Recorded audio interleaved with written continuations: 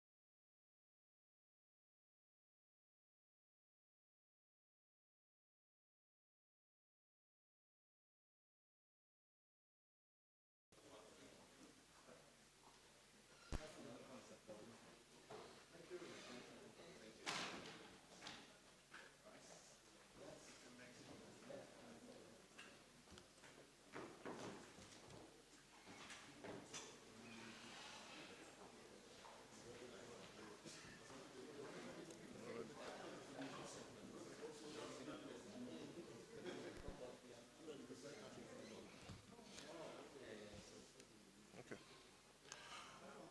Thank you very much. Please, according to the house rules, please make sure your phones are on silent and also, as much as possible, reduce the movement around.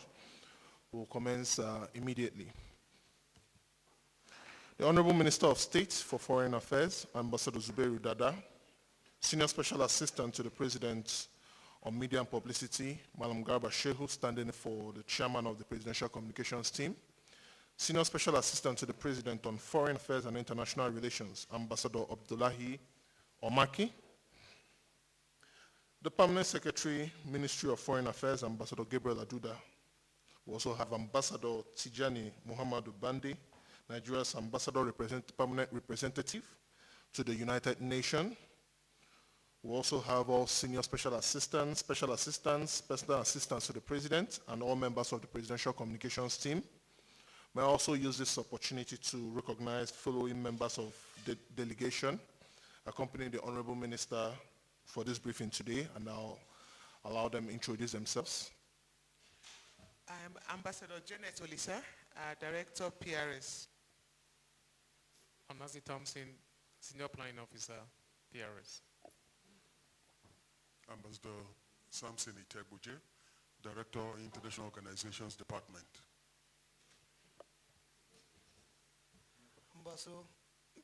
Ambassador Bello Hussein Kazobe, Chief of Protocol, Minister of Foreign Affairs. Ambassador Tunde Mustafa, Director of Regions, Minister of Foreign Affairs. Ambassador Shaibu Adamu Ondoze, Director of Foreign Service Inspectorate. Ambassador Bakore Ali Usman, Director, Office of Honorable Minister of State, Minister of Foreign Affairs. Ambassador Mobolaji Shakirat Ugundero, Director of Permanent Secretary's Office, Ministry of Foreign Affairs. Good morning, Ambassador Ngozi Ukeje, Director, Africa Multilateral Affairs Department, Ministry of Foreign Affairs. Good morning, Excellency. My name is Ambassador Nicholas Ella, Director of Consular and Legal Department. Thank you. Good morning. Dr. Abdullah Bala Isas, Special Advisor, Minister of State for Foreign Affairs. Good morning. My name is Ibrahim Aliu, SA to the Honorable Minister of State for Foreign Affairs. Ambassador Omar Z. Salisu, Director of African Bilateral Affairs Department, Minister of Foreign Affairs. Good morning. My name is Alex Gochkuriaku, Director of Permanent Secretary's Office. Thank you.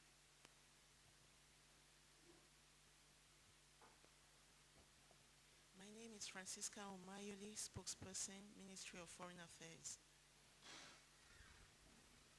My name is Abubakar Jida, Special Assistant to the Chief of Staff to the President. Thank you very much for the introductions. We especially acknowledge the presence of every other director, ambassadors, and also diplomats here present, and team members. You're all welcome to this briefing today. We welcome you on behalf of the Presidential Communications team to the 36th session of the State House briefing organized by the Presidential Communications team. In line with the current global events that have been at the forefront of discussions recently, the State House briefing for today, Thursday, 28 April 2022, would focus on key updates and strides being made by Nigeria in the core area of foreign policy and international relations, especially as it relates to the positive strides and roles being played by the Ministry of Foreign Affairs in the fallout of the ongoing Russia-Ukraine crisis. The Honorable Minister of State for Foreign Affairs, Ambassador Zubairu Dada, will be our anchor person for today, and he will further brief on the pertinent issue of global concerns as well as address other key issues relating to the Ministry of Foreign Affairs. The Honorable Minister's presentation here will last for about 20 minutes, and after that we'll take questions from the press, solely focused on the presentation and also issues pertaining to the ministry. At this juncture, it is my honor to invite the Honorable Minister to the podium for his presentation. Thank you.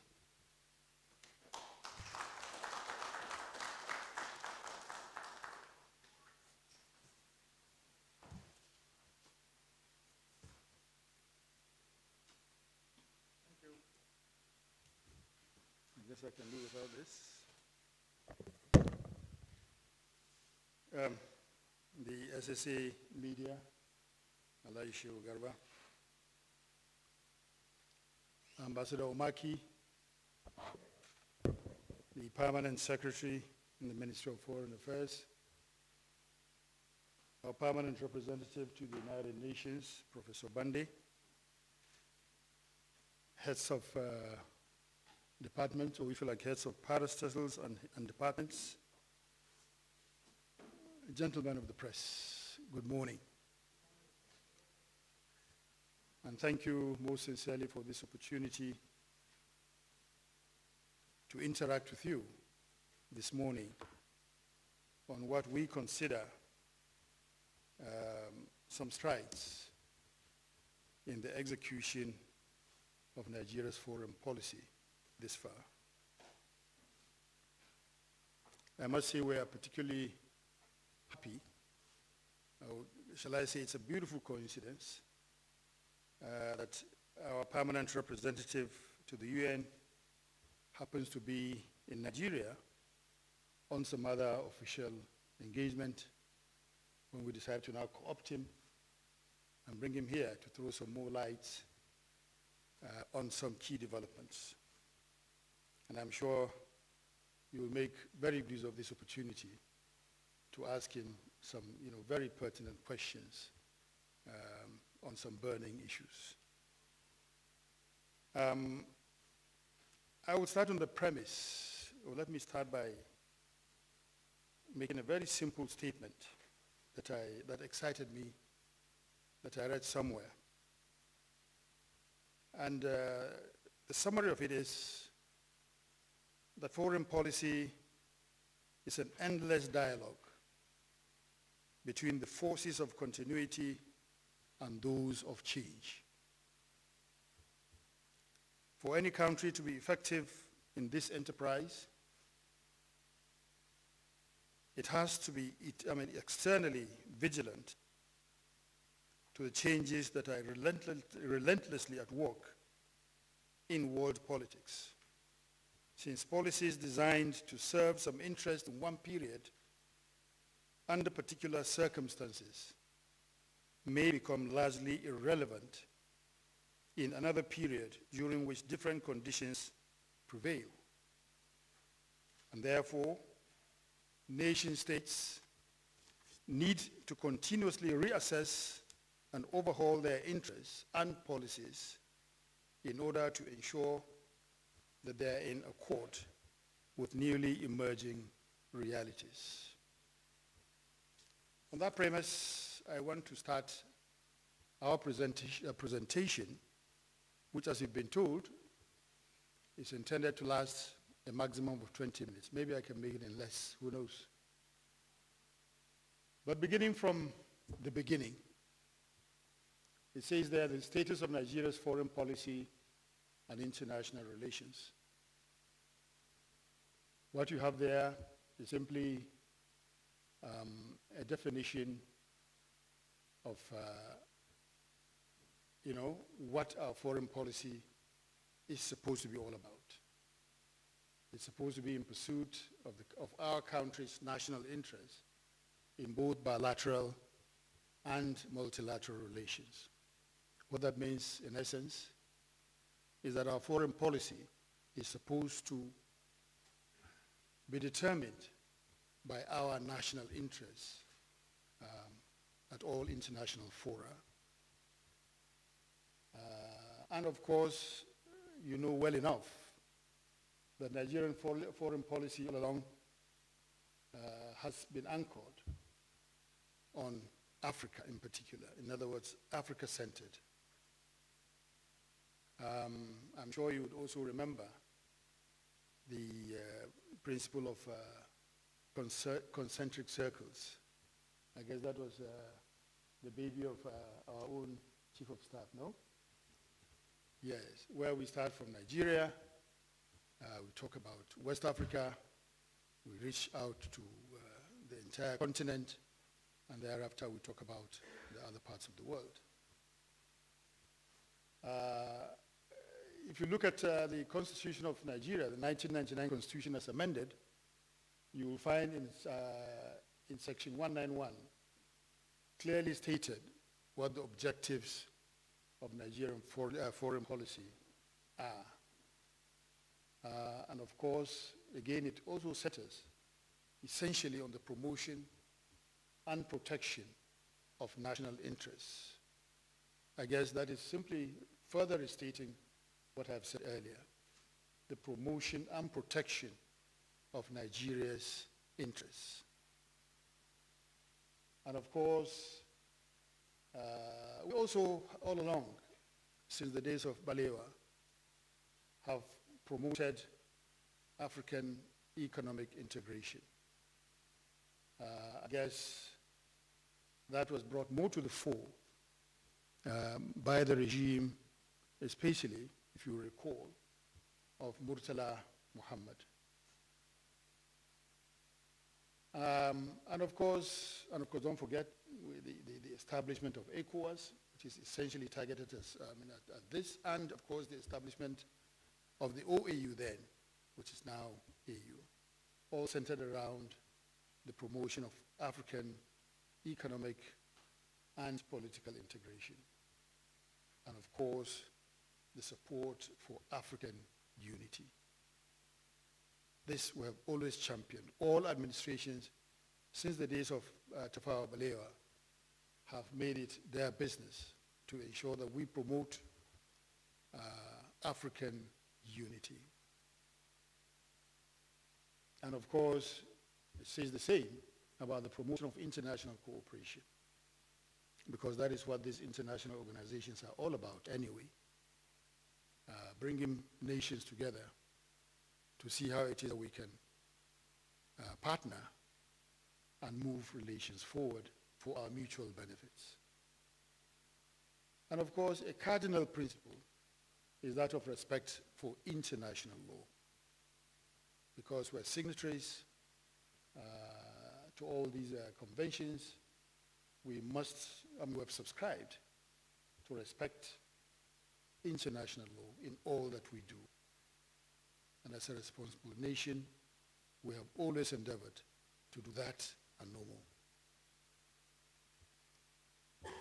You would also recall that Nigeria has all along been interested and in fact has shown commitment towards settlement of international disputes, and which explains why, or that actually explains a lot of the actions that Nigeria has taken in the past and still does. Because talking about, for example, say, what's happening in, what do you call it now, maybe say Mali, Guinea, and the rest of them, we are very much involved trying to find solutions to some of these issues arising, not just within the West African sub-region, not just within Africa, but the world. But of course, these are very basic principles of international law. As I said, some of these very laudable objectives will best be achieved through mechanisms such as the economic, or if you like, instrument, if you like, through channels such as Economic Community of West African States, ECOWAS, which I've mentioned, the African Union, the Commonwealth of Nations, and of course the United Nations, which is governed by international law. Now that takes us to a very burning issue. And again, fortunately, we're lucky to have Professor Bande around. I'm sure he would throw some light in case we show some interest in what's happening about Russia, or the Russia-Ukraine crisis.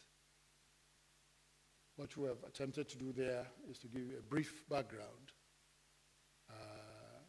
to the crisis as they obtain today between Russia in particular and Ukraine, especially drawing attention to the fact that at the time they were almost, they were all part of the Soviet Union until Ukraine achieved its independence on August 24th, 1991. And of course, the key issue of Ukraine's desire to join NATO, which I believe you all know, maybe much better than I do, that it forms the very basis of the crisis that we see today between Russia and Ukraine. Yes, Ukraine is today supposed to be an independent nation. Of course, though Russia has some reservations, but I believe in the international community believes that Ukraine is truly an independent nation. But that notwithstanding, the key issue, of course, has to do with the security of Russia and the threat that is posed by Ukraine's insistence to join NATO. And I believe, for those of you that have followed the arguments so far by Russia, they pointed to the fact that they have drawn attention to the fact that they were not comfortable with what NATO was doing. It's not just enough for, the problem was not so much of Ukraine being a member of NATO, but the security of Russia is threatened. I mean, Russia felt threatened by the membership of Ukraine in NATO. Because what it means, of course, is that NATO, and in particular, I mean, members of NATO, will now be able to deploy to the background, to the very background of Russia. And that Russia was not ready to accept. We all know the politics behind some of these issues. And we probably wouldn't want to get dragged into them. Certainly not us, because I believe we have so much on our hands already back home to settle. But all the same, as members of the international community, we certainly have to be concerned about what is happening in all other parts of the globe, because whether we like it or not, they will certainly have some effect on our collective interests at some point or the other. But that notwithstanding, I just thought it was important to just let you know that Russia does not consider the war, as others will call it, as a war. They regard it as a military, special military operation, they call it. Believing, of course, as they do, that, what do you call it, Ukraine is not actually as independent as they would want us to believe, because they still consider Ukraine as part of parcel. Well, call it their backyard, but because of the overwhelming interest that they have in what happens in their backyards, they believe that they have a right. Just like America, if you remember the Cuba-American, what do you call it? Missile crisis, if you recall. How Russia was wanted to deploy to Cuba, and the reaction of the U.S. Then, and which almost took the world to the precipice. It's the same thing that is happening today, but in different form. But it's essentially the same principle of each trying to defend its backyard, and by implication, of course, its security. Now, the thorny issue of why did Nigeria vote in favor of the UN General Assembly? If you recall, the first vote, Nigeria voted for condemning the aggression against Ukraine and called for the immediate and complete and unconditional withdrawal of all Russian military forces.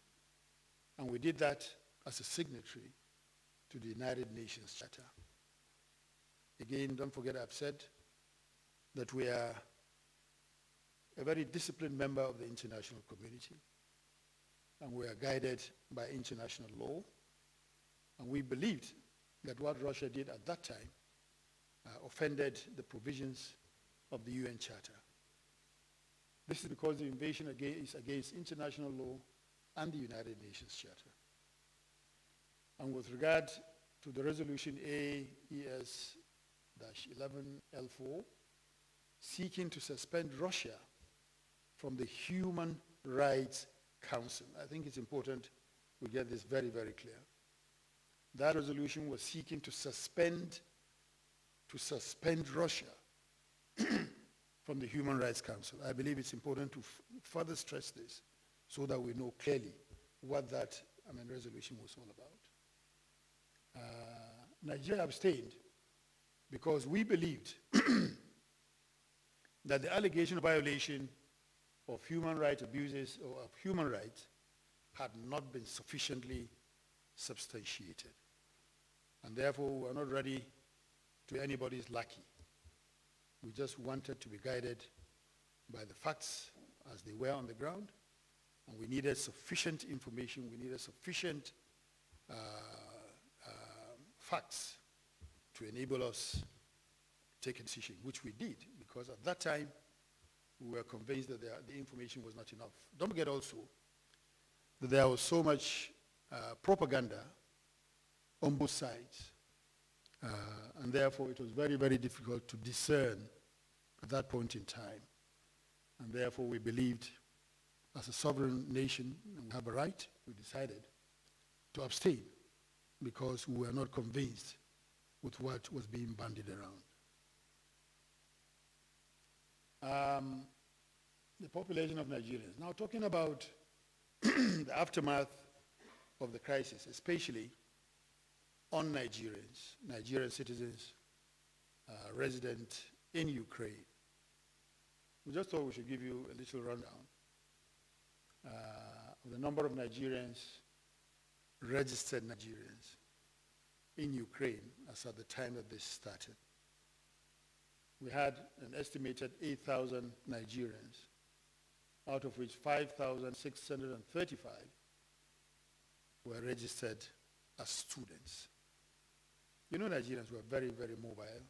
Nigerians are everywhere in the world, very, very active and, vibrant.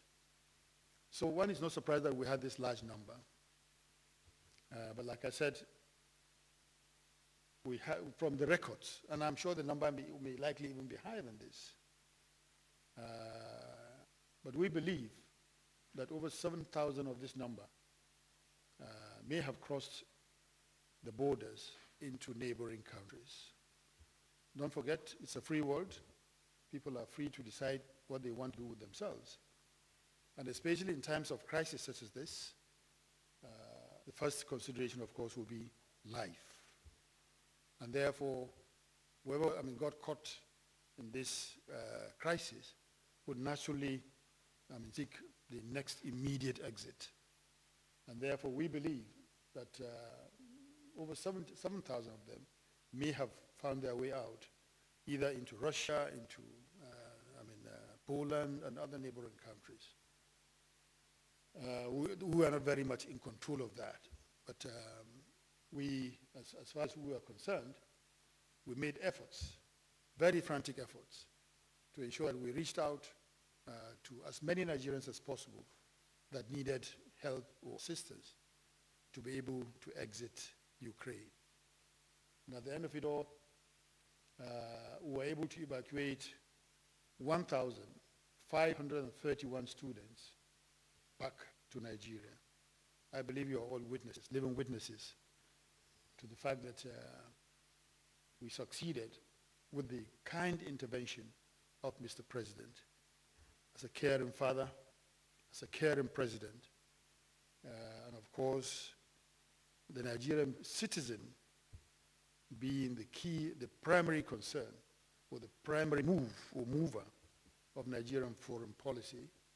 Mr. President, in his wisdom, directed that we should immediately move and evacuate as many Nigerians as we could get. And like I said, we were able to move not less than 1,531 of them. There, what you have on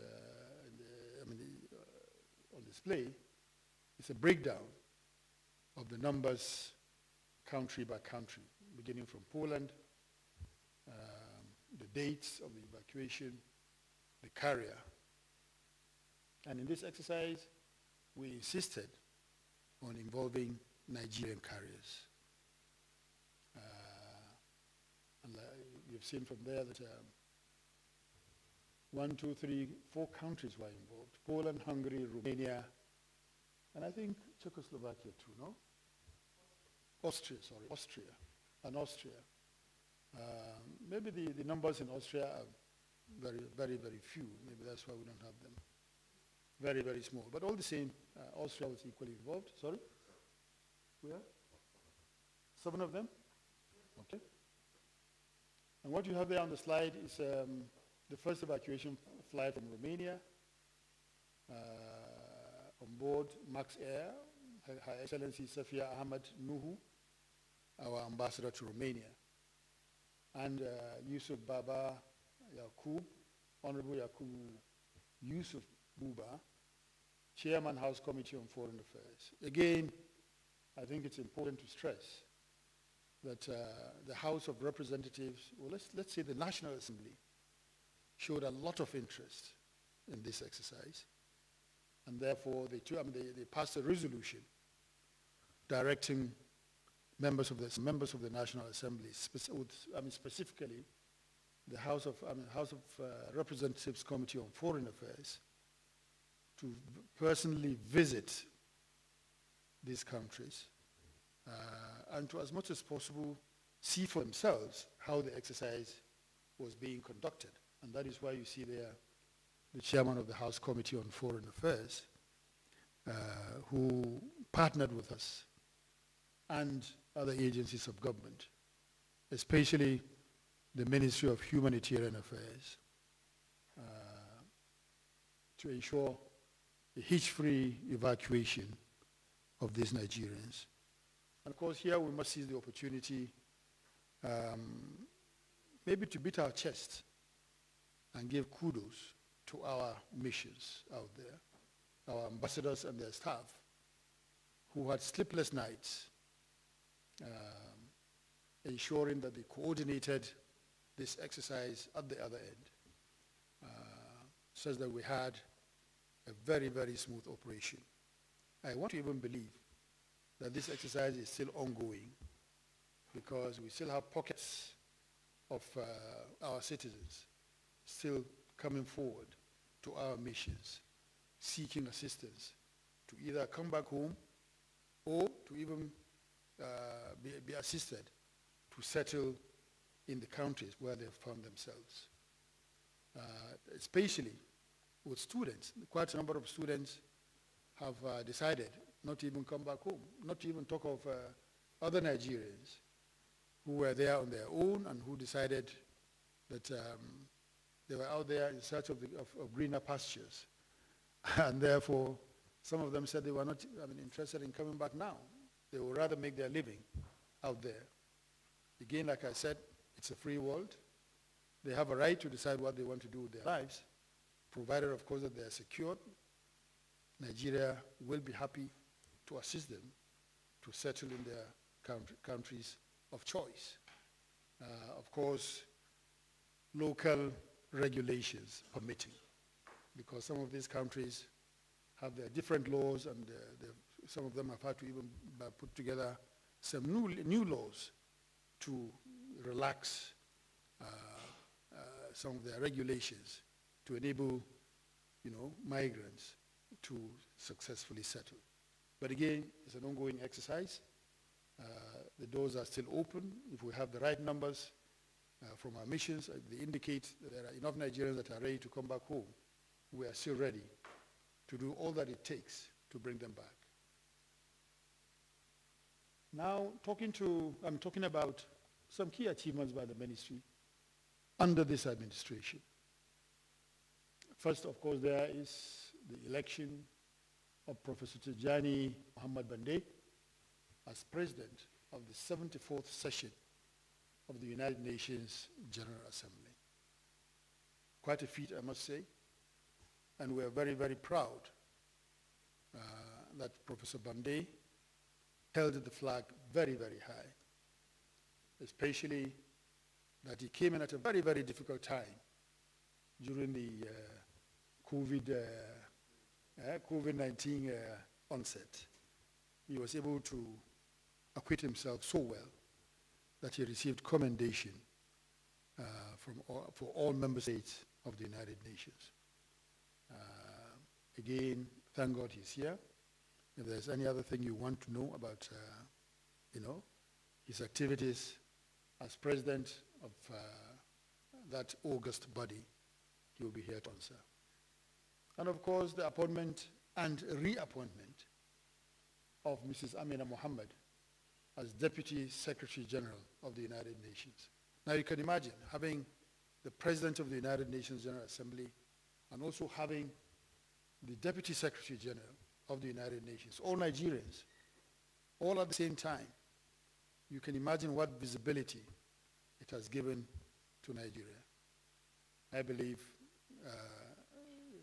we have every cause to celebrate, and again to say to beat our chest, and to thank our president and his government for giving all the support that was necessary to ensure that this happened, because it didn't just happen by accident.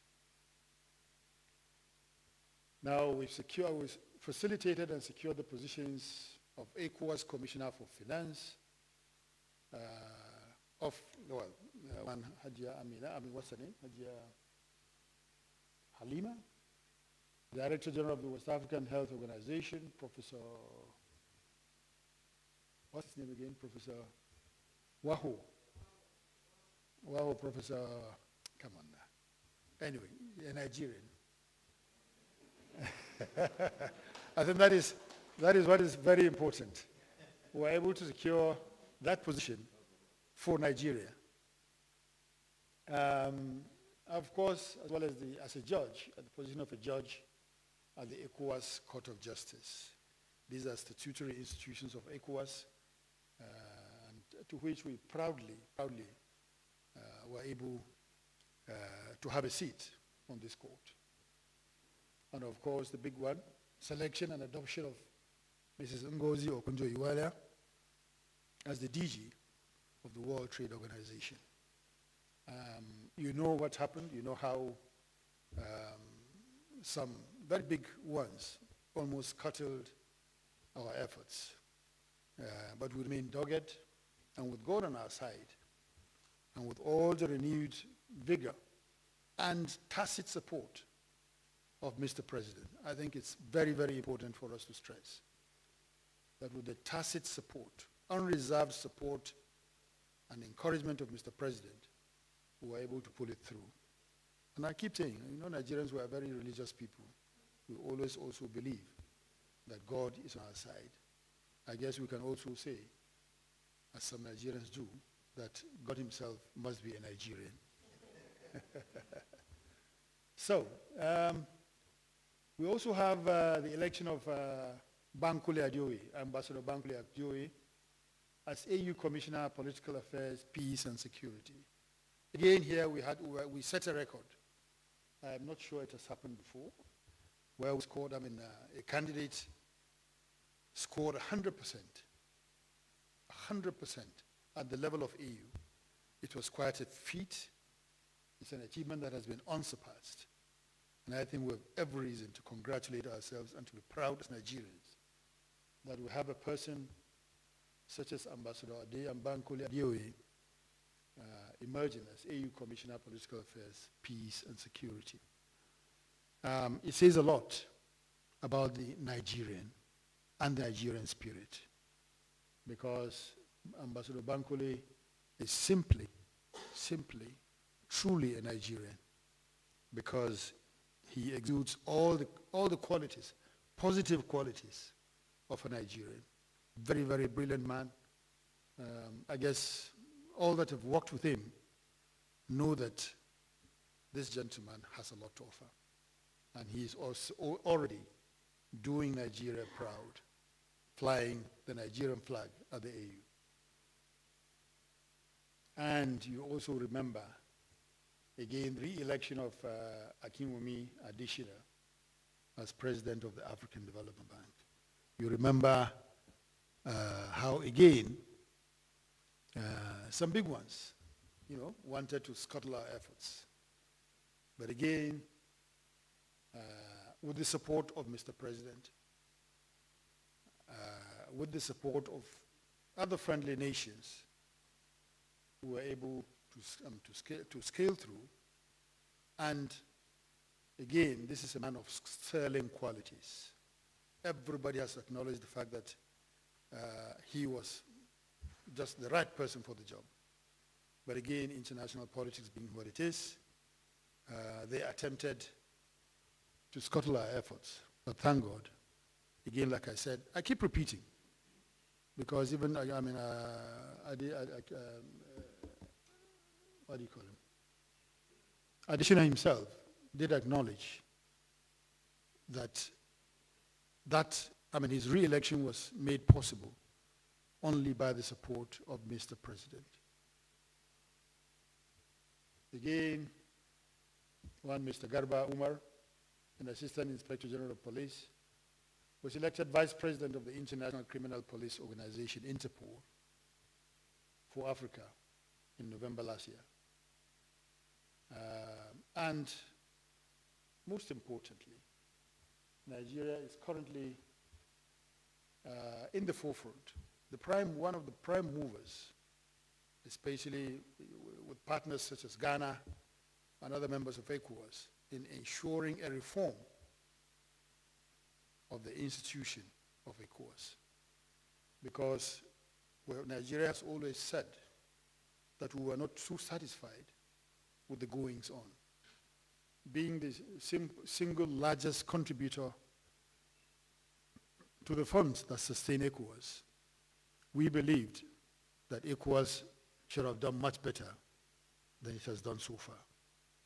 And which is why we've insisted that there must be reforms within ECOWAS, such that it will become an ECOWAS of the people, rather than an ECOWAS of bureaucracy.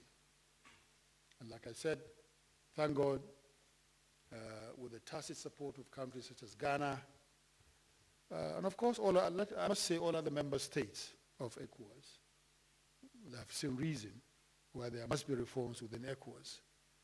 And Nigeria, through our good officers, are pushing for these reforms. In fact, thank God, we've finally, almost finally, arrived, and we hope that by June, July, we should be seeing almost a brand new ECOWAS commission.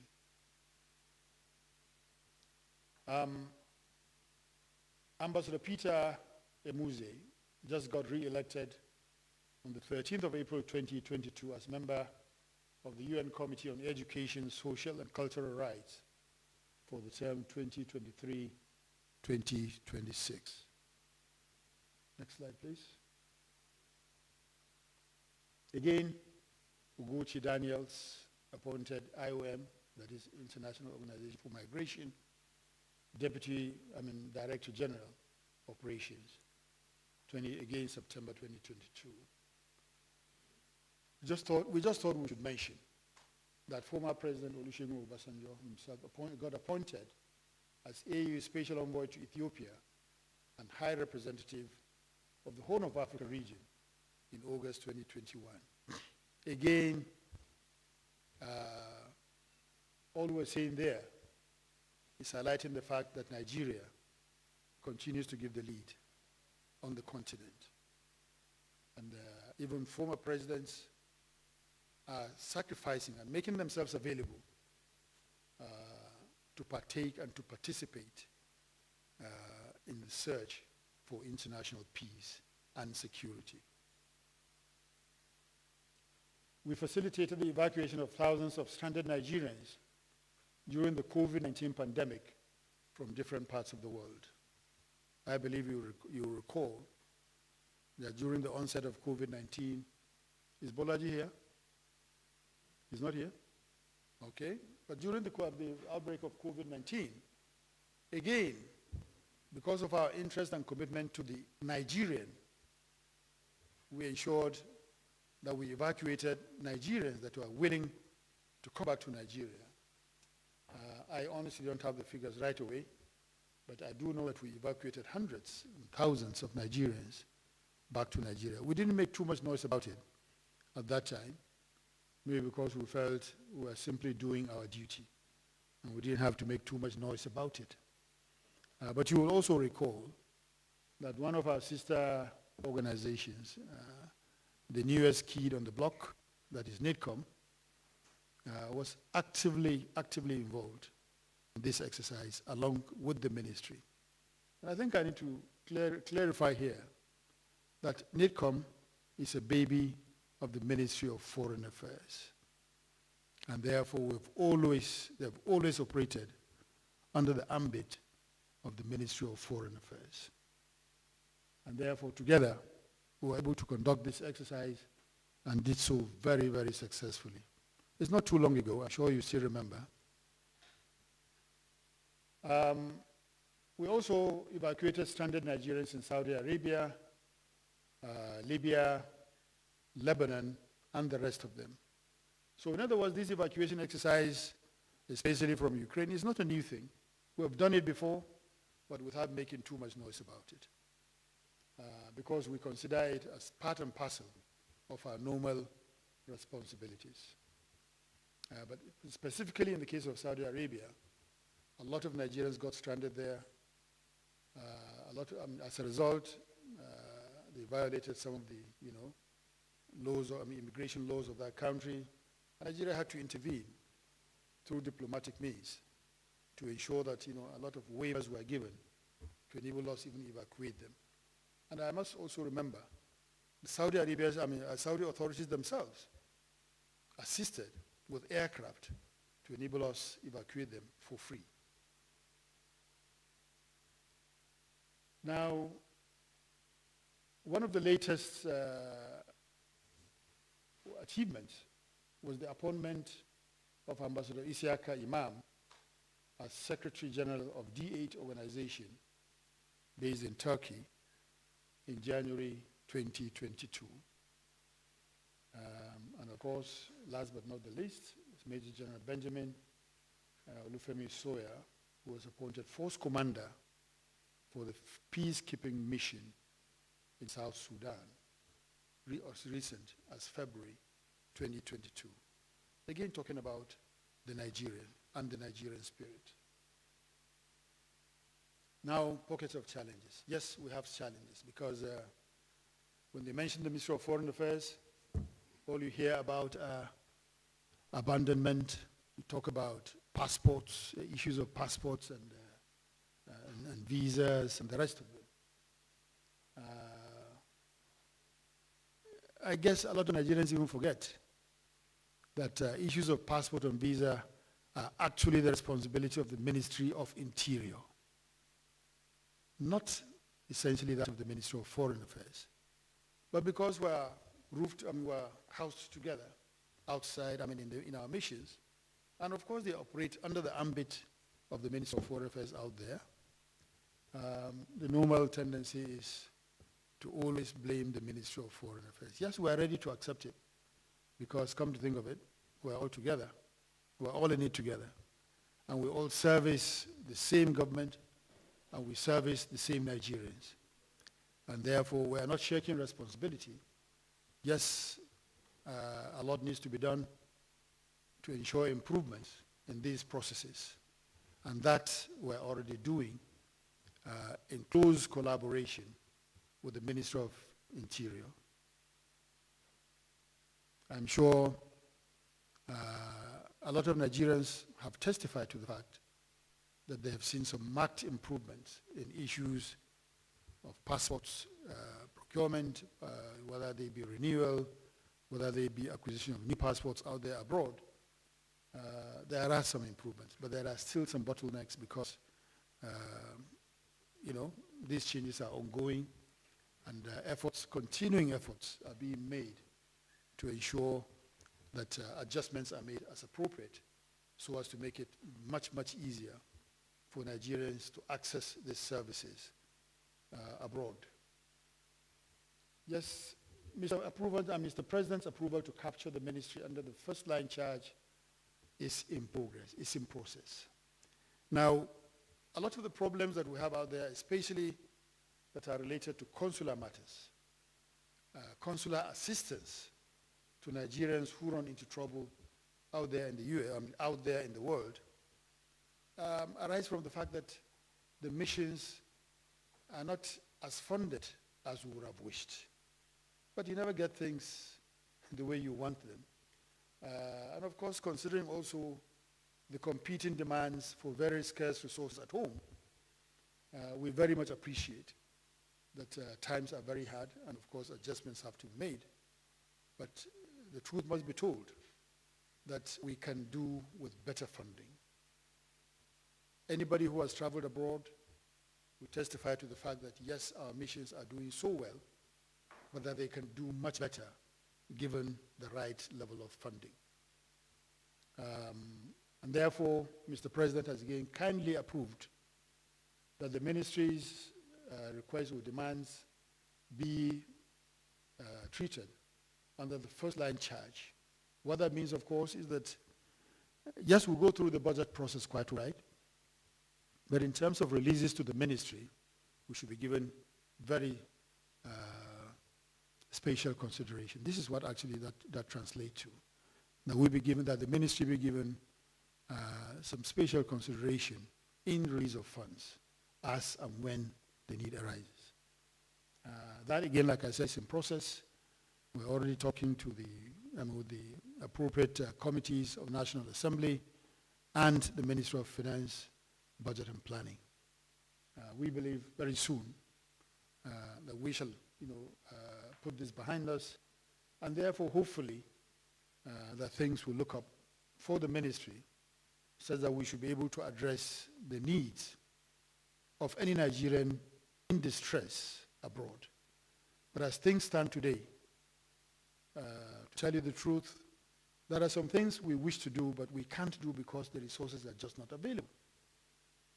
I know of situations where staff, ambassadors and their staff have contributed, and they still do contribute from their own resources to help Nigerians out in distress in missions.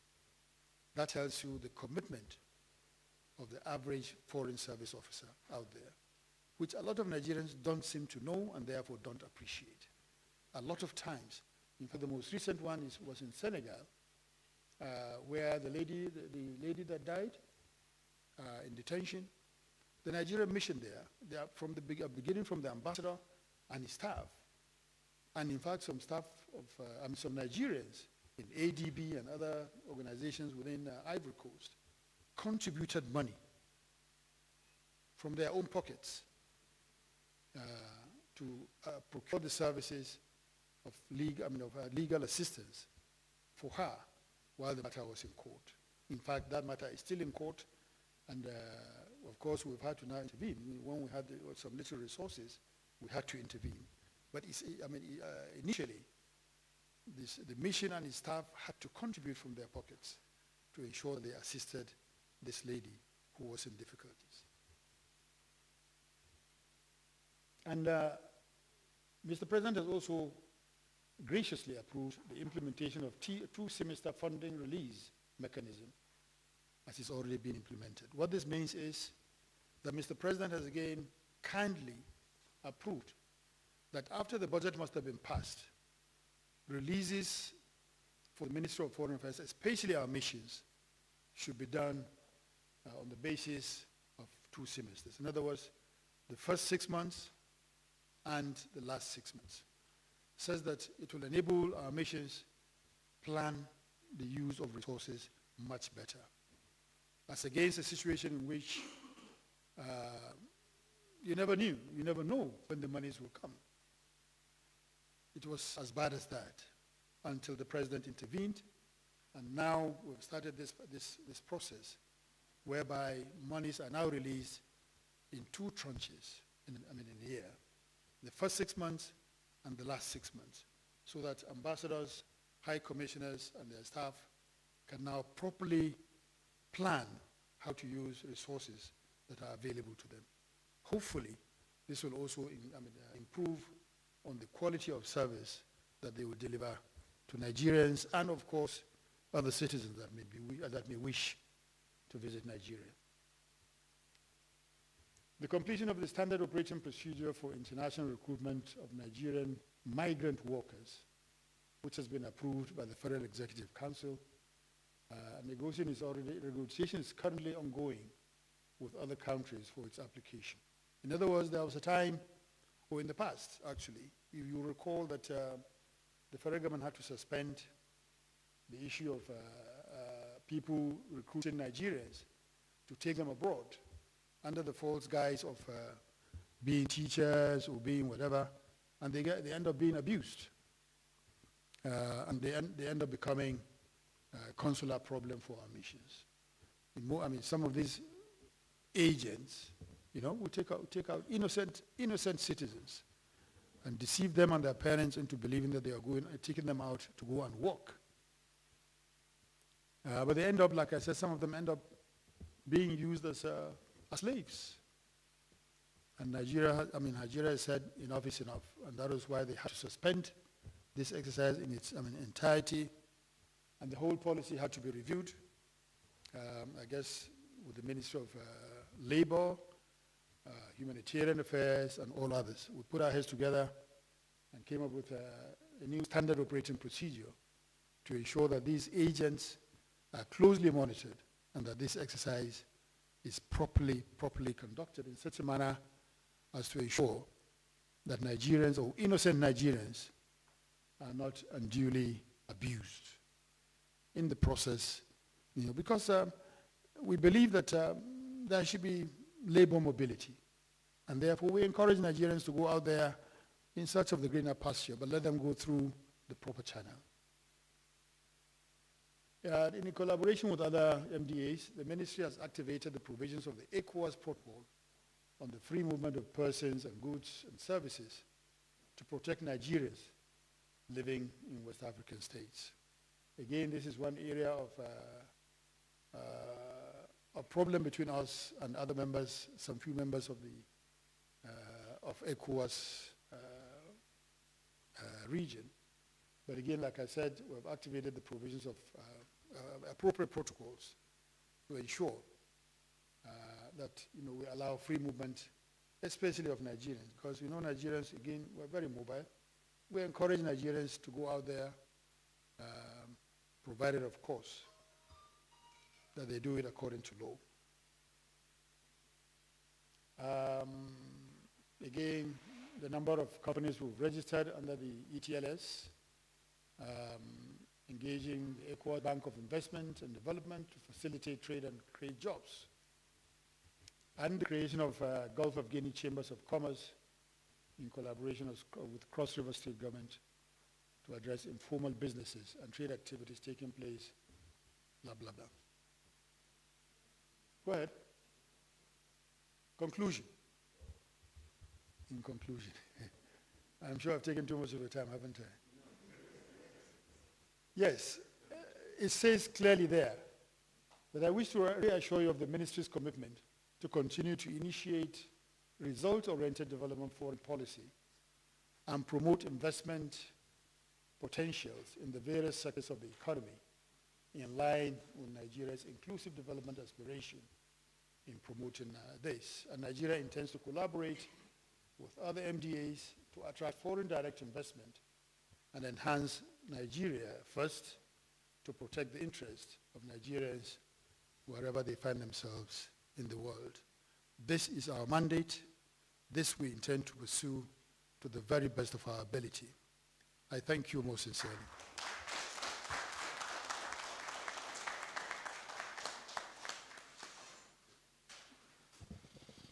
Thank you very much, Honorable Minister. So we'll allow the Honorable Minister to settle in, and then we'll take questions. Please.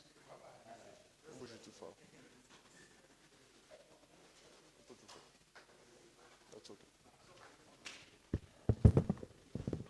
Maybe you want to throw the... Okay.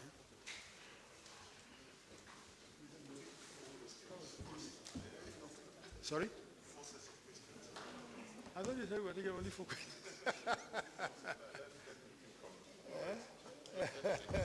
Okay, thank you. We'll go to the questions now. I'll start with John Bosco, Festus, Stephen, and then Adesua. Sorry, your mask didn't allow me to recognize your time. Thank you. For the first set, the first 4, then we'll take the second set. Thank you very much.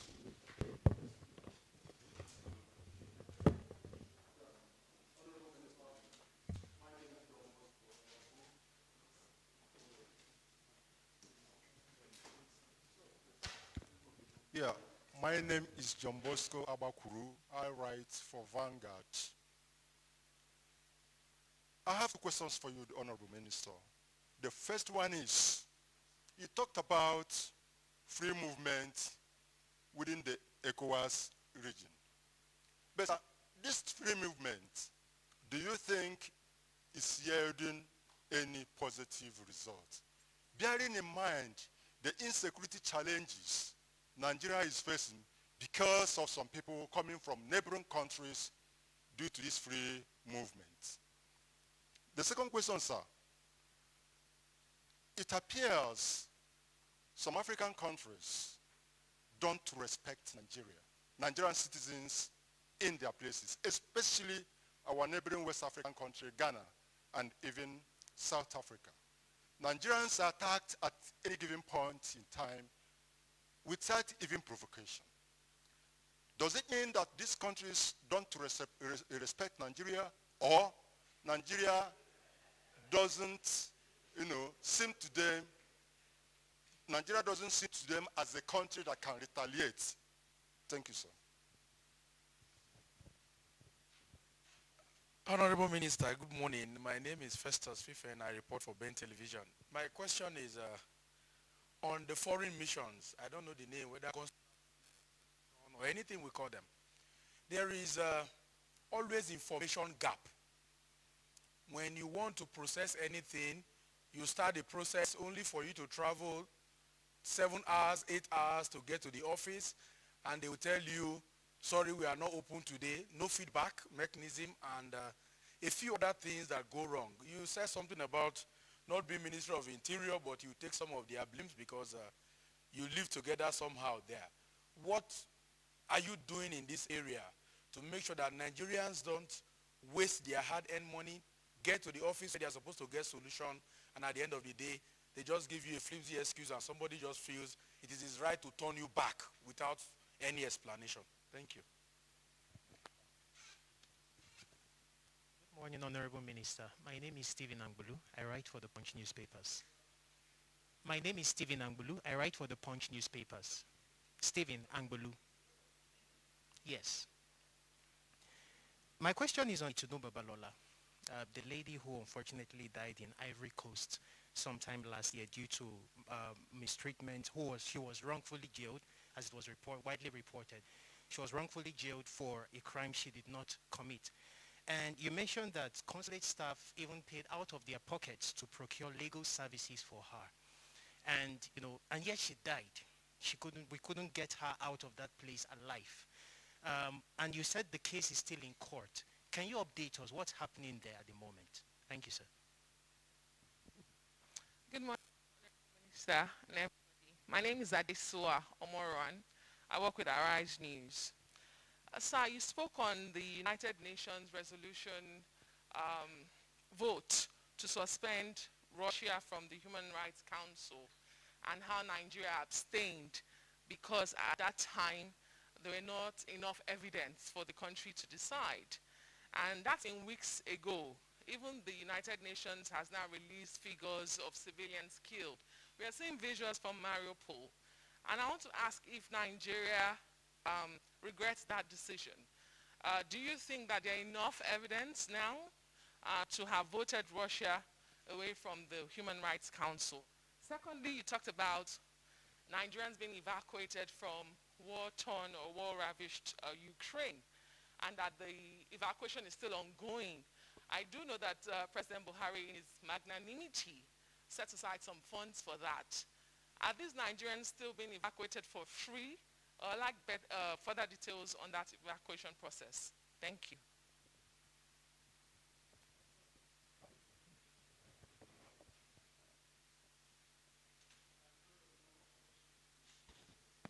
Some of the directors assisting me going forward.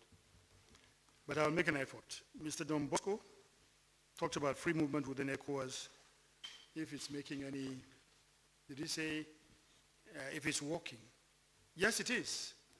Don't forget that this free movement is not saying you go through illegal borders. We're talking about free movement through recognized borders. We are talking about free movement through recognized borders. And some of the people you are talking about, who may come in with some ulterior motive, will normally not come through regular borders. And of course, you also know how porous our borders are, the borders between us and our neighboring countries. We're talking about thousands of kilometers of borders. But again, we are already mounting joint patrol operations with these sister countries to ensure that we arrest some of these people that you're talking about. We are very much concerned about the security of Nigeria and Nigerians. We are very much concerned, and that is why government has spent so much money. ECOWAS itself has also pumped in some money to ensure that these borders are better patrolled. But again, like I said, these borders are so porous and they are so lengthy that it is not possible to, literally monitor every inch of the border. But again, we're gradually getting to using technology to assist us in managing these border operations. But please, I want to make it very clear that this free movement is talking about those that want to come, to do genuine business and that are ready to come through regular and recognized borders, not the ones that come through the bushes through illegal means. Talking about respect for Nigeria and Nigerians, yes, you talk about xenophobia in South Africa, you talk about our problem with maybe traders, I believe, in Ghana. Yes, the issue of, starting with Ghana, for example, I'm aware that the Minister of Trade, Industry and Investment is already has gone very far in this regard, with us, of course, in conjunction with us. We've visited Ghana, I think about not less than 3 times. They have also been here, I think the same number of times. And we've been talking. And a lot of effort, a lot of progress has been made in this regard. But of course, we must not forget that this law that they are talking about, the $2 million something provision. Sorry? 2 million? Bond. No, it's not a bond. What they're saying is that you must have an investment to the tune of that amount. They're not saying you must deposit that amount. They're saying you must have an investment to that amount, or to the tune of that amount. So it's not as if they're asking, and it's not also, we're not justifying what they're doing, but it's not limited to Nigerians. It is just that Nigerians may be in the largest numbers, and therefore the impression is given that it affects only Nigerians. No, it affects all what they call foreigners. But what we're even arguing is, what right do you have to call a member of ECOWAS a foreigner in your country? If we don't call you a foreigner in our country, you have no right to call us a foreigner in your country. But again, it's a function of the laws that they have established, and which is why our National Assembly itself, particularly the House of Representatives, has come up with this parliamentary, what do they call it, diplomacy, in an effort to make the parliament there see reason why the law that they have made must be changed to conform with the spirit of the establishment of ECOWAS and all its protocols. Again, like I'm saying, the speaker of our speaker has visited Ghana, I think about twice. Their speaker has come here with some of his parliamentarians, and they are all talking. So diplomacy is surely the best way forward. The wheel may grind very slowly, but surely there is no better alternative to diplomacy.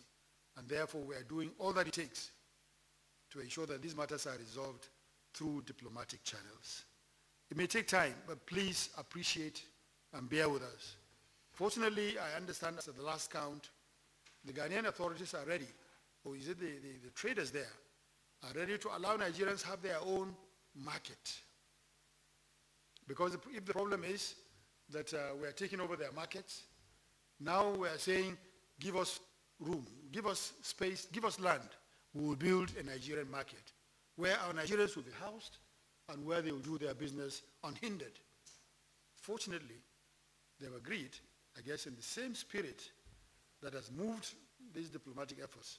They've seen a reason why they should allow Nigerians have a place that they can call their own, where they will have their own market and compete favorably with all other nationals in doing business in Ghana. So you can see we're making some progress. I want to believe that very soon we'll put this issue behind us. The case of South Africa and respect for Nigerians. There is no doubt about the fact that South Africa respects Nigeria tremendously. South Africa respects Nigeria tremendously. There is no doubt about that. The actions of some very few, and I say very, very few South Africans, is not and should not be seen as a reflection of the position of the South African government and its people. I guess what is happening is that there are some frustrated South Africans who believe that Nigerians are literally outshining them in their own land. Nigerian businesses are moving very, very fast. Maybe we know business better than they do. In fact, a lot of them are not that exposed to business. And therefore, there is that little envy from some very, very, very, very few bad eggs in South Africa. But I remember in the course of our president's visit to South Africa, we had this early warning arrangement through which both countries will continue to monitor some of these crises so that we don't allow them erupt before we address them. We are managing it in such a manner that all the security agencies in South Africa are on the alert, nosing around to ensure that what's happened in the past is not allowed to repeat itself. We are doing the same at this end. We're monitoring and we're doing everything possible to alert the South African authorities where we believe there is a need for them to, and for us to do so that they can nip it in the bud and don't allow things go out of hand before we start finding solutions. But again, that is a little, maybe there may be some input from directors in the ministry going forward. Talking about information gap in our missions. Yes, we do agree, and I think I did say it, that services may not be as smooth as we would have wished. And efforts, and I mean concerted efforts, are being made between us and the Ministry of Interior to ensure that these gaps are narrowed. In fact, just 2 weeks ago or so, a high-powered team of Ministry of Interior, especially the Immigration Services, was led by the Minister of Interior himself. And the PAMSEC, the Controller General, was he there? Yes, he was. Okay. Sorry, the Acting Controller General. They were all out there to see for themselves some of these gaps that you're talking about, so that we hope to address them together as quickly as possible. So that is to assure you that yes, we do acknowledge that there are gaps. Yes, we must also say that something is being done to ensure that these gaps are closed. The case of the lady that was, like you said, wrongly jailed. I want us to appreciate the fact that we're talking about a sovereign nation, and that this matter was taken to court, a regular court. And the judge, in his wisdom, whether rightly or wrongly, decided she was wrong, she was culpable, and therefore she was jailed. The only recourse we have as a nation, and as a responsible nation, is to go to court, to go back to the same court, and appeal. And this is precisely what has happened. We have gone to court to appeal that judgment, and it was in that process that this lady, unfortunately, they said, fell sick and died in custody. Again, we've insisted that an autopsy be done on the corpse, which I guess was also done. And we're also raising issues where we are not fully satisfied. We're raising issues with the appropriate authorities to ensure that justice is done. So even in death, we're not leaving the matter to go. We are still pursuing the appeal in court, and because that is the only resort that we have. We cannot take the laws into our hands. In Ivory Coast, we can only, whether they jail her wrongly or rightly, it is their law, which we have to respect. We have no choice over the matter. And again, diplomacy is the only way to go. Reciprocity, it has not gone to the level of reciprocity, because I don't know how we even set about applying the principle of reciprocity in a matter like this. But like I said, we have made all the noises, and at the right places. We have complained, and we're still complaining. We're insisting on justice, that justice be done for this lady who died in detention. And we're leaving no stone unturned. In fact, in this, we have the tacit support of the House Committee House of Representatives Committee on Diaspora. And of course, NIDCOM. We're all doing this together. And lastly, the issue of the UN resolution. Any regrets? No regrets whatsoever for what happened, because we believe that we voted rightly at the time that we did. But again, the final details you'll get to hear from our permanent representatives who was there when it happened. Evacuation, yes, like I said in my little introduction, it is an ongoing exercise. We still have some pockets of Nigerian citizens coming out of Ukraine in bits and pieces. But again, it's their free choice. They are free to decide whether they want to come back to Nigeria. Where they indicate interest to come back home, we will certainly, and I mean certainly, get to Nigeria at government expense. But where they choose to remain there, we also have a responsibility to assist them to settle in pursuit of their legitimate, and I mean legitimate, aspirations, and especially education. And that we're also doing, I know, very much in that regard, because our missions have been directed, and they already are making efforts to assist those that have indicated interest in continuing their education in the countries that they've found themselves.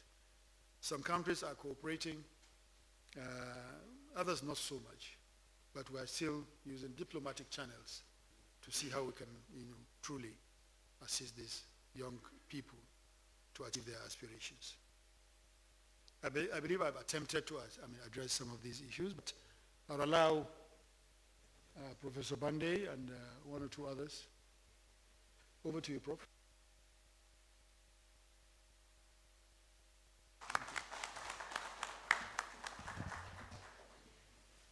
Thank you, Minister. I think I'll be very brief. There is absolutely no reason to regret our decision to abstain. There are several choices to be made. One choice would be not to even vote at all. And Nigeria has never refused to vote. We always want people to know where we stand on any matter, because our position is that as a country that is a leader on the continent and in the world, however difficult it is, our views must be heard. Now, in the context that the Honourable Minister of State has indicated, one, there was already ongoing investigation as to whether human rights violations have occurred. And normally, it would have been allowed to conclude, and then decisions could be taken either way what one wanted. And that was one issue. The next issue was the implication, already the most important resolution in relation to the Ukrainian-Russian conflict had been stated very clearly. As far as Nigeria was concerned, there's an invasion and Russia was to leave. This is the position. Now, as this was unfolding, to begin to say, let us follow Russia wherever it was located and oust it out on the idea that it was not qualified to sit on the council.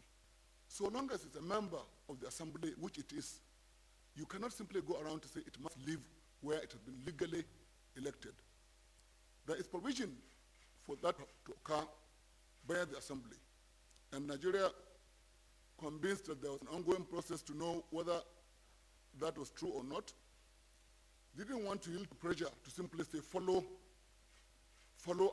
anything anybody says because it's Russia. Because we have to be very clear. Tomorrow, somebody will simply say, oh, you have a dispute with the neighboring country A, B, C. You should not therefore be in a place where Africans have elected us to. I think this is why Nigeria took the position as it did. This simply was the reason. And we voted for Nigerian reasons, not because of anybody's pressure at all. Thank you.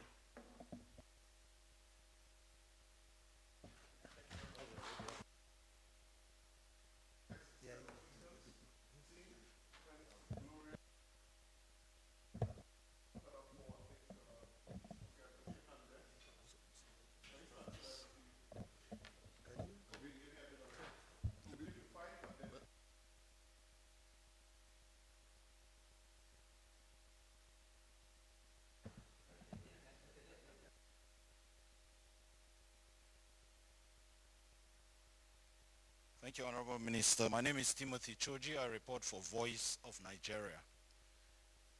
Maybe on a lighter mood, I would like to know, even though we are not happy that the war is going on between Russia and Ukraine, but I would like to know what are some of the positives for Nigeria regarding that war, especially economically. Yes. Thank you.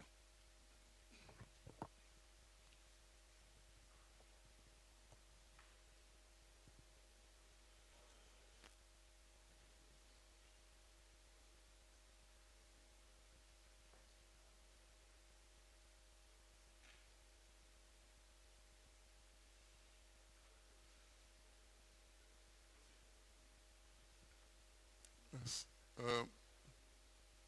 My name is Felix Onwa, I write for Reuters.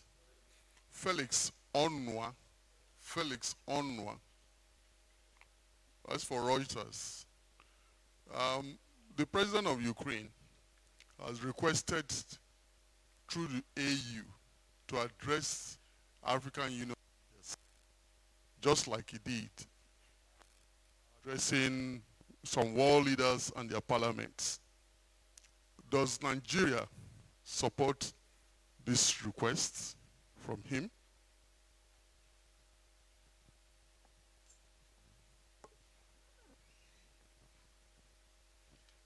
Okay, good morning. My name is Gloria Umezuke. Hello? My name is Gloria Umezuke from Channels Television. So we saw recently that the Russian Federation says its Ministry of Education is willing to offer admission to Nigerians who want to continue their education in Russia. And I know that you have made it very explicit that Nigeria is in condemnation, with the UN Charter of the Russia's special military operation. Are we accepting this offer? Thank you.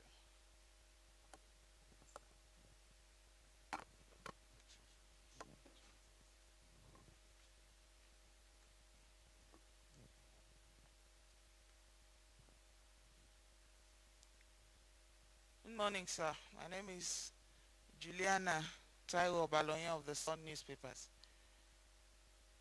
I have two questions. Number one, I would just like to know Nigeria's relationship with Russia as at this time.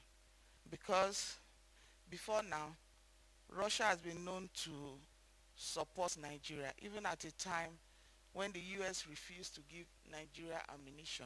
Russia was there for Nigeria. I just want to know the relationship right now. Two,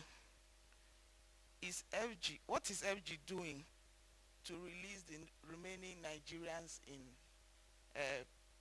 Poland camps. Thank you. Poland. Some of those Nigerians being detained in various camps in Poland.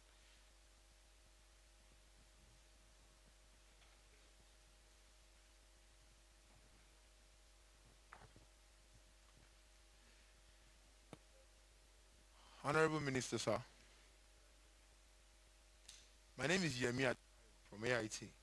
I have just two questions for you, sir. The first one is, do you think Nigeria should go beyond sitting on the fence and be more visible in international politics? Did you hear my question, sir? I said, do you think Nigeria should go beyond sitting on the fence and be more visible in international politics? That's one.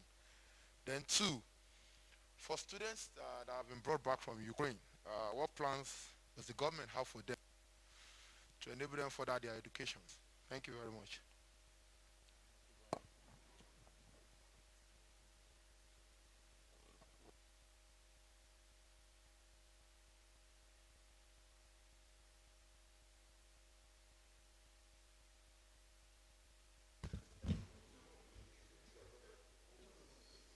I want to believe that this is supposed to be an interactive session, and therefore I would want to encourage the participation of some key officials of the ministry to answer some of these questions.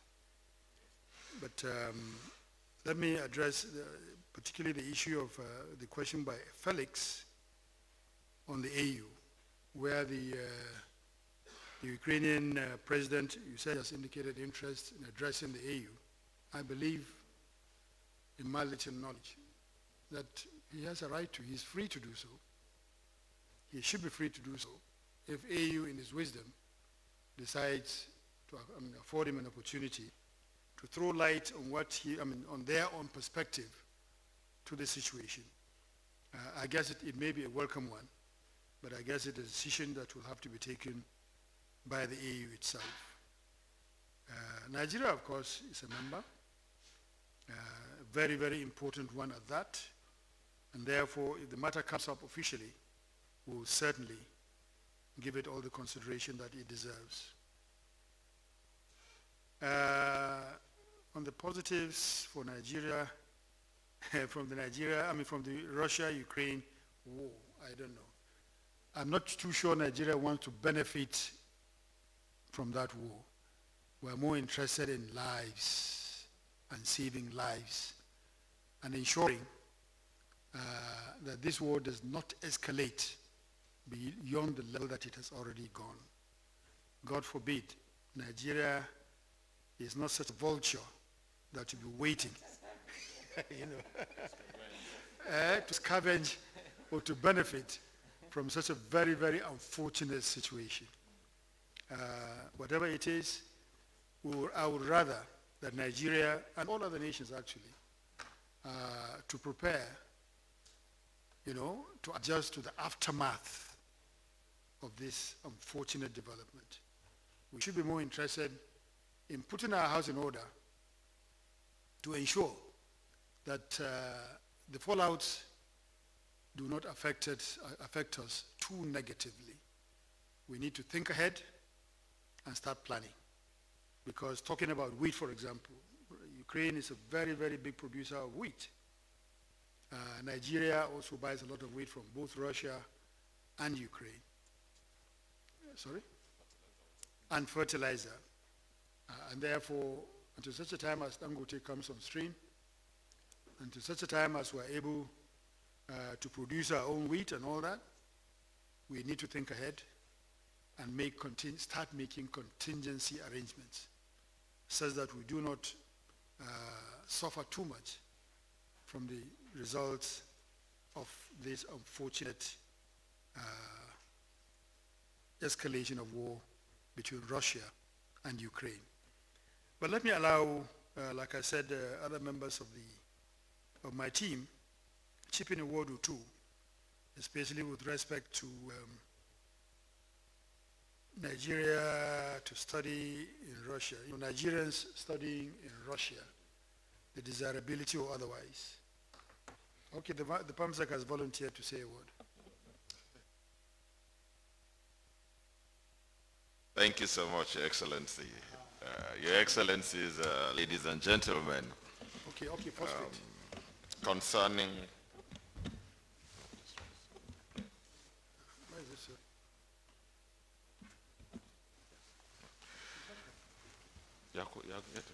it's up. Concerning Russia offering admission to Nigerians to study in the universities, one thing we need to understand is that for now, our relations with both Russia and Ukraine are absolutely intact. We have very good diplomatic relations with Ukraine. We have very good diplomatic relations with Russia. And where should that offer be put on the table and we have students that desire to continue, why not? Then concerning the plans, I'll take this and then come back to the others. The plans of the government concerning students, especially those fleeing Ukraine. Two opportunities have been provided. One is that some of the Ukrainian universities are insisting on continuing their studies online. And where students, some have even started even as we speak. Where students opt to do that, fine. But also a number of European countries, especially those bordering Ukraine and Eastern Europe, because their curriculums are often the same, have also offered us opportunities for our students to school there. In Poland, in Hungary, in Romania, and Bulgaria, we have had discussions with the ministries of education. And even some universities have written to us, some even waiving the tuition for this year for our students, saying especially those of them in medical fields and engineering could come and either round off or continue their studies. But the caveat is that all processing must be done through the missions, because that is the only way they will be certain that these people were already in Ukraine, and as a result of the invasion, they had to break their studies, and now they're coming back to these other universities to continue. And that also goes along with all manner of waivers for visa requirements, for registration requirements and all that, as long as it is handled by Nigerian missions in those countries. So education desks are being set up in these countries, and we're also setting up one in the ministry that will help liaise with those Nigerian students that are already back home here who desire to go back. Government is happy to help get them placements in universities that have already made offers to us, and then ensure that they go back to continue their studies. So all these are already in place. The relevant forms have been designed. We're trying to make it a seamless process that will happen through a portal that will be available to all missions, Nigerian missions bordering Ukraine and others that have given us, that have opened up their doors to us. So that is already in place. A lot of them are already been taken in. As you are aware, in Romania, university even offered its hostels for students fleeing, Nigerian students fleeing Ukraine to actually stay there. And the missions there are still supporting with feeding and stipends for them to be able to work around their placements and all that. So a lot is already in place, and a number are already continuing with their studies. Is Nigeria?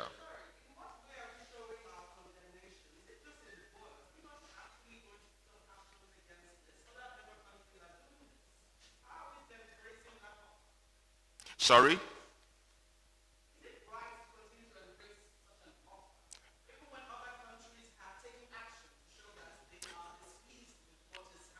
I think I think you need to understand that we as a government are not saying we're sending people there. Education so far is an individual thing. If a Nigerian chooses to study, it's a personal decision. It is not the decision of government. So I and not mix apples and oranges, where we're looking at individual decisions as against government decisions. No, because the question was, if they give offers, will Nigerians take up the offer? It's not government that is taking up the offer. All these other institutions that we're sending people to. Okay? So please, let's not overflog this issue.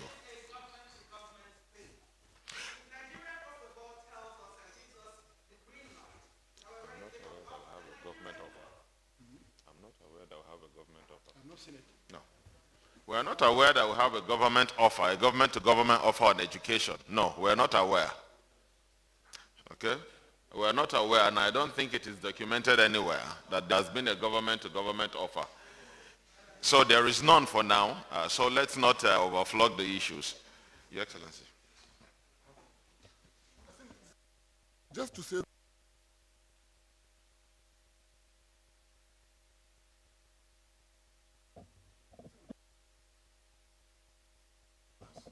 okay, you see, I think it's good to appreciate the moral outrage we all feel.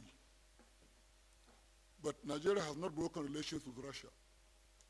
And there are several connections between Russia and Nigeria on many issues. Education is one. So I want to appreciate, it's not like Nigeria is at war with Russia. Russia remains a member of the United Nations Security Council and a member of the United Nations. It is a significant player in world politics, and in the next week, there may be no problem between Russia and Ukraine. And how do you start your relations with Russia again? So it's a balancing act. It's not like we have reached a point where Russia is so evil that Nigeria says we are so good we cannot even talk to it. Or we cannot eat food because it's produced in Russia. So, or we can take gas because it's Russian produced. So I think balance is key in diplomacy. Just understand your moral outrage is right, and Nigeria has been very clear as to that action of attack was unacceptable, and we stood by the world on this matter. But whether Nigerian students, young people think they want to study Russian language in Russia, or they want to study medicine in Russia, should go there, and we say no because Russia is a bad actor. Nigerian students should not go. I think it's a different point of view. I just wanted to understand it's a balancing act in relation to several other facets of relationships between us and Russia, between us and Ukraine. We have had a lot of disputes with the United States, but we have never said Nigerian students should just leave. Or with the UK, even expelling us from Commonwealth. Did that say in retaliation all Nigerians should come back from the Commonwealth? It's an issue of balance. Thank you.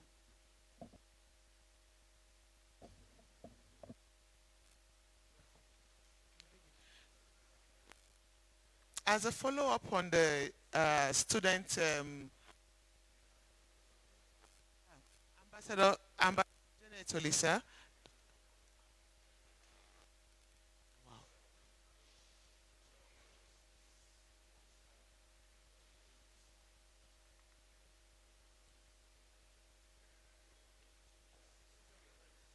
Ambassador Janet Olisa, Director PRS.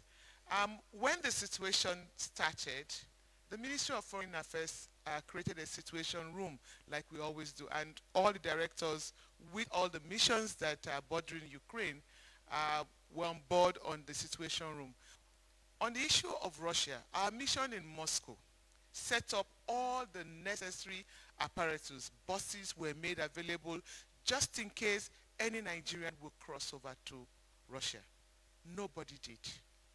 They were offered, but the Nigerians were like, no, they're not moving over to Russia. They rather go to the Romanian border, Hungary, or Poland. And so you would find that everybody was heading towards the western borders.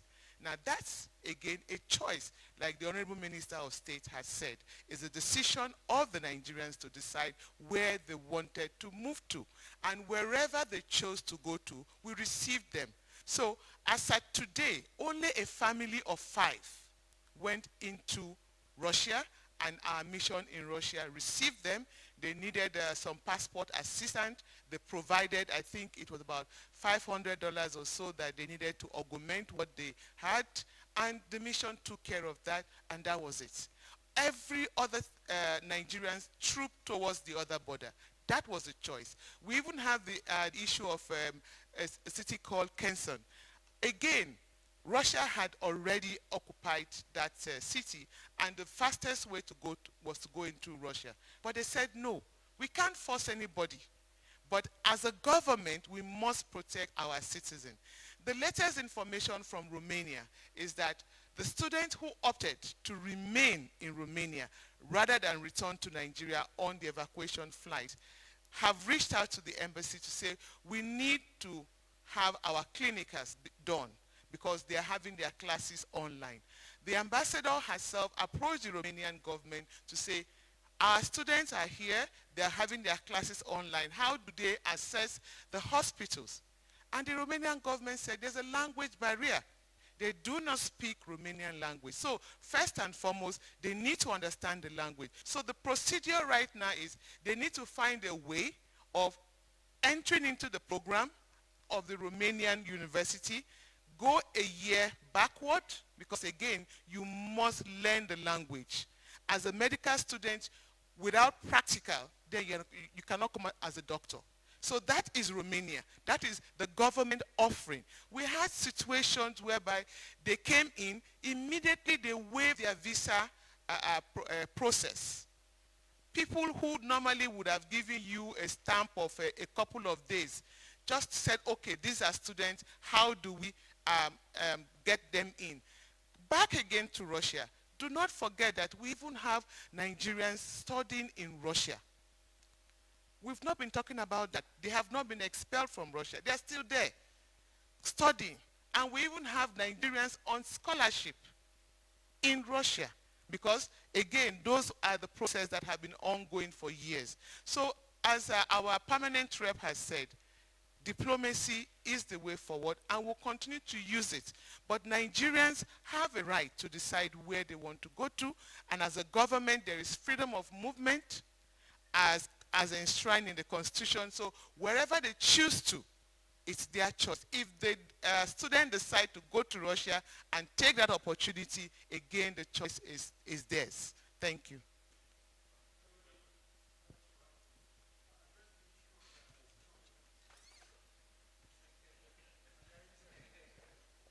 Yes. It's like you knew what I was going to address. My name is Ambassador Samson Itebuji. The permanent representative of Nigeria to the United Nations had said it earlier, Nigeria does not sit on the fence. We don't do that. We always pronounce on issues. By the way, when you abstain, that is a vote in the United Nations. You are not sitting on the fence. And the reason why we abstained is contingent upon the fact that the outcome of the investigations of abuse of human rights, the outcome has not been determined yet. It's just some countries are in a hurry to see how to nail Russia, and we will not be part of that until the process is finished and there is an outcome that says this has happened. It is based on that outcome that we will take our decisions as to whether to vote in favor of Russia or against Russia, or to, again, abstain, depending on the issues on the ground. So Nigeria does not stay on the fence. If you want to stay on the fence in the UN, then when a vote is to be taken, you either run away or you don't vote at all. Thank you.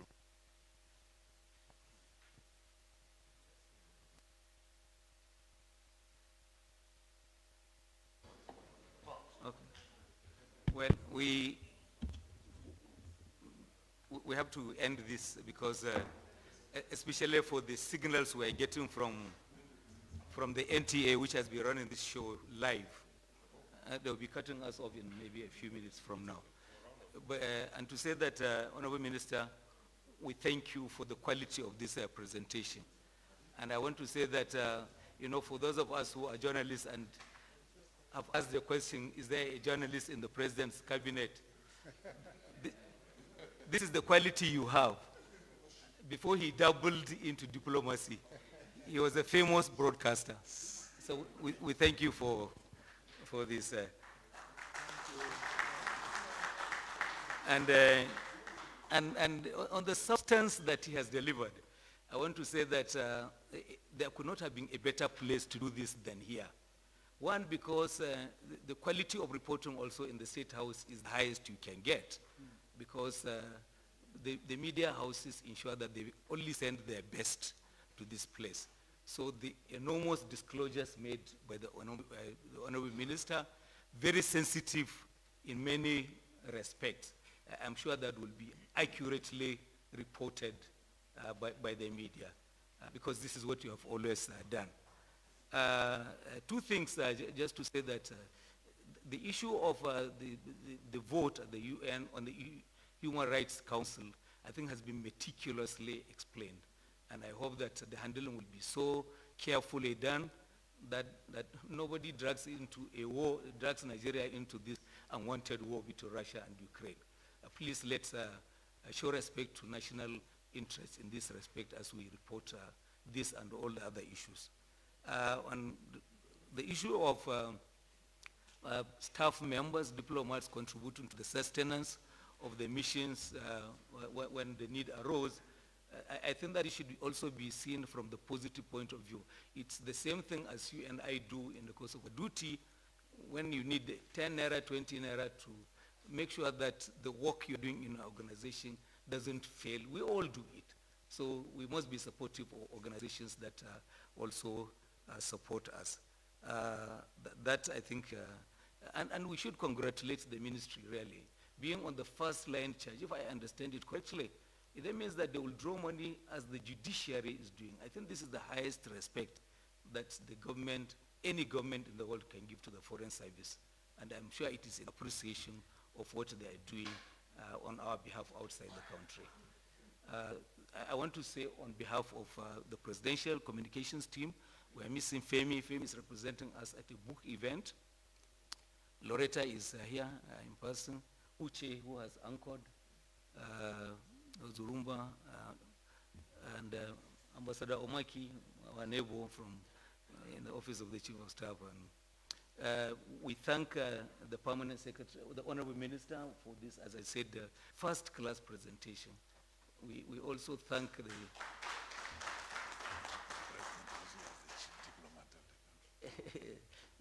Sorry? Well, okay, I'm being taught diplomacy. That we should thank Mr. President as the chief diplomat of the country. Yes, we have thanked the permanent, the minister, the permanent secretary, Gabriel Aduda, Ambassador Aduda, was our neighbor in the presidency before he jumped ship. So we thank you for that. And we're privileged to have Ambassador Bandi here, who finished as the president of the General Assembly just a year ago. One of some of those outspoken American diplomats, John Campbell, described Ambassador Bandi as one of the most distinguished Nigerians of his generation. So we thank this academic diplomat and administrator. Yes. We also thank some of the chief executives who have not been introduced. Dr. Pius Oshunyi Komi, he joined lately. I guess it's the COVID test that delayed him.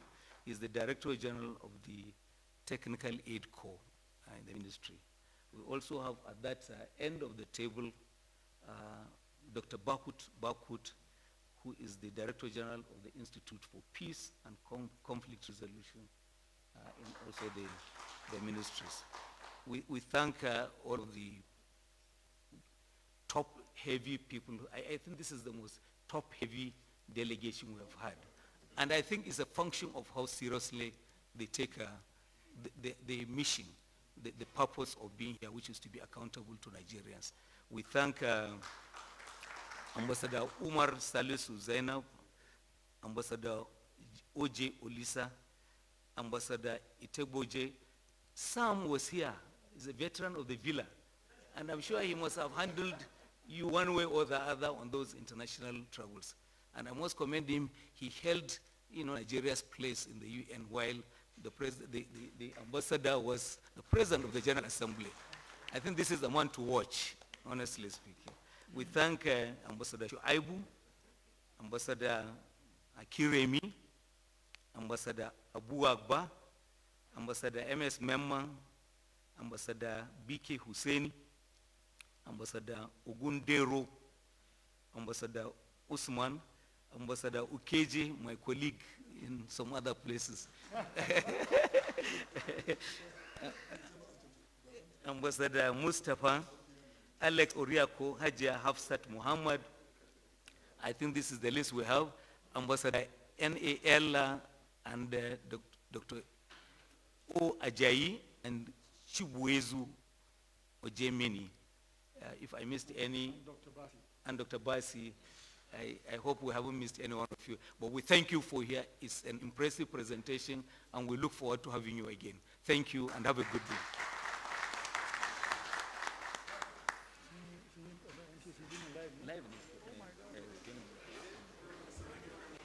My pleasure. My pleasure.